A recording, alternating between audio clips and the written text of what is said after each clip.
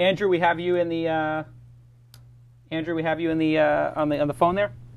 Yes. From the 404. Right. Good old ATL. That's is that Hotlanta? Yep, that's Hotlanta. Ah, a little Hotlanta in the hizzy. Okay, so you're calling from Hotlanta. Everybody knows the rules of the game. You have 60 seconds to pitch your brilliant idea. There are 480 people in the chat room. It is this is unprecedented. This is always when you have a money guy on, people will tune in. I'm not saying it's not for your brilliant insights or Tyler's, but a money guy, people tune in, and this will be always the money. I watch the statistics. The money guys, boop, boop, because everybody wants to watch the show before they meet with you. So be careful, because everything you say here will be brought up in investor meetings for the next 10 years. For your fourth decade of investing, this show will haunt you. Okay. So be careful. Everybody's going to be like, can I get $75,000 in deferred salary? I'd like to take $2 million off in the next round. You said 1 to 2. But it's only a $3 million round. Okay, so we're going to do the Shark Tank. And not from the round, from other investors buying it after, outside the round. Yeah, exactly. No, that was coming from you personally, Howard. DNA Mail. Everybody loves DNA Mail. DNA Mail has been a sponsor of the program since episode number 1. They've been with us from the beginning. And if you are a startup company, you do not want to waste your time doing IT. Howard, how many of your CEOs do you want screwing around with an Exchange server?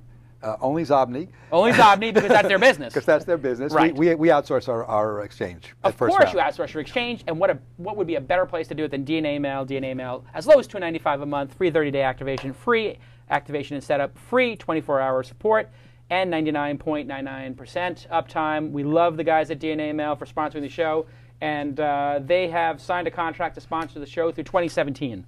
These guys love the show, and they've been tremendous supporters of us, and everybody knows that is their Giri, G-I-R-I. We talk about Giri a lot in the show, which is your deep-seated honor and duty to thank the sponsors on your Twitter account. So just thank Ustream, Bing, DNA Mail, and WebSpy and PowerVPS. And we're going to talk about those guys later, WebSpy and PowerVPS. But now we are going to do Shark Tank. I am looking in the chat room. In the chat room, I'm going to ask everybody 2 numbers from 1 to 10. 1, the quality of the pitch.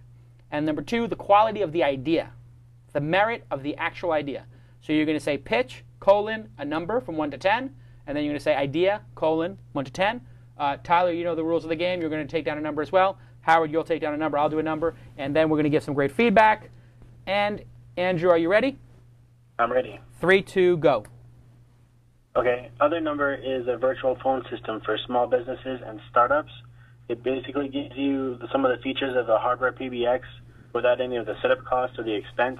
And you can use it on top of a hardware PBX if you have one. If you have a virtual office, you have a startup with 3 co-founders that work out of their apartments, you can sound like a bigger company with an office and a receptionist. You can have auto attendant, voicemail. You can have voicemail transcription, all these features you can have. We're working on vertical markets, so we can build specialized features just for certain things like real estate and medical, so that we can customize our application in a lot of ways to fit people's specific needs. Right now, the pricing plan is $9 a month for a phone number, and you just pay per minute for usage. We're working on new plans that are more easy to budget for larger companies and things like that. It's all virtual. It's all in the cloud. It's based a lot on the Twilio API, which we're a big fan of. We use a company called mycaption.com to do the transcription services. They're really fantastic. Have a great API as well. And we just launched about a month ago. Awesome. Okay. Good job. Took exactly 60 seconds. I think I understand what you do. Let me ask Howard, what did you think of the pitch? How did you rate the pitch? How did you rate the idea? I know it's an elevator pitch, so. No, I think the pitch was you rate 1 to 10. Is that the scale you use? The pitch was about a 9. Oh, really? Or 8, maybe an 8. Yeah. It didn't give me market size. That was one of the big problems. Right. The idea is about a 6.5 because there's so many of them. Right. This has been done many times. Right. It keeps being tried. The issue is always in how do you reach and market to that small business in an effective way. And that's been the problem. Asterisk is out there in the open source world, obviously, to do a lot of these things.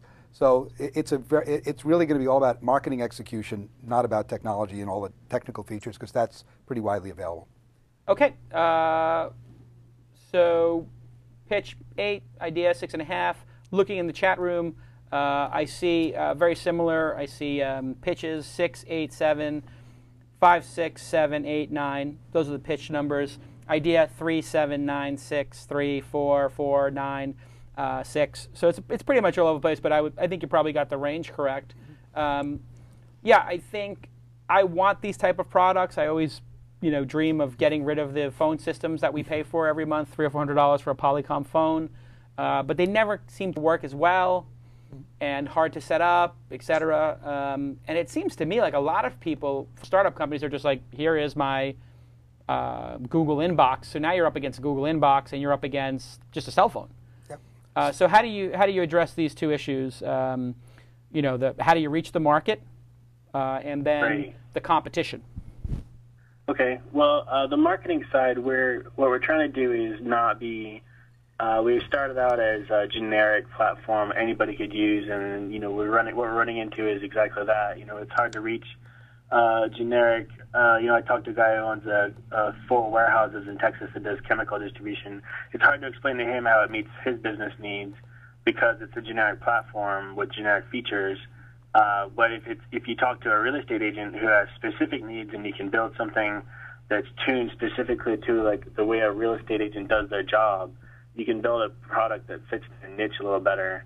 So that's the approach we're going to take, is building vertical integration, working with other companies that have B2B and B2C real estate products, things like that, to build interfaces for them that help flesh out their solutions as well. So it's not just B2C. The other side is, in comparing it to Google Voice, the Google Voice solution works really well for individuals. It's not so great for groups because there's a lot of limitations with Google Voice. You can't get toll-free numbers.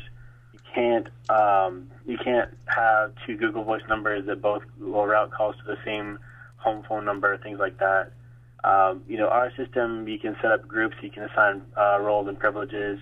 You can do you can do 2 types of transcription. You can do the automated software transcription.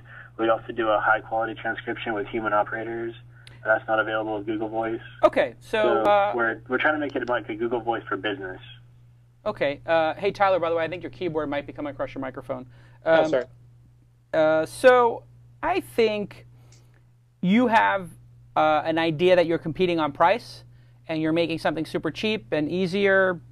I don't know that that's a great, compelling business right now. Right. When you started to say vertical applications, I saw Howard was a little more interested. And I was a little more interested. He said, well, maybe real estate people use the phone differently. Okay, that's true. They do use the phone differently.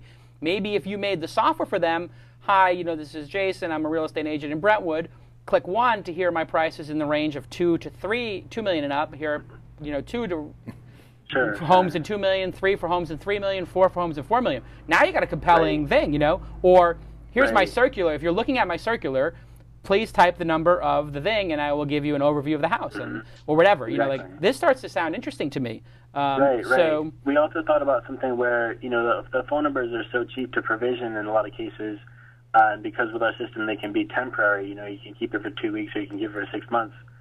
There's no huge setup fee. There's not a lot of cost to get up and running. So if you had 20 homes on the market in a certain area, you could get a separate phone number for every home.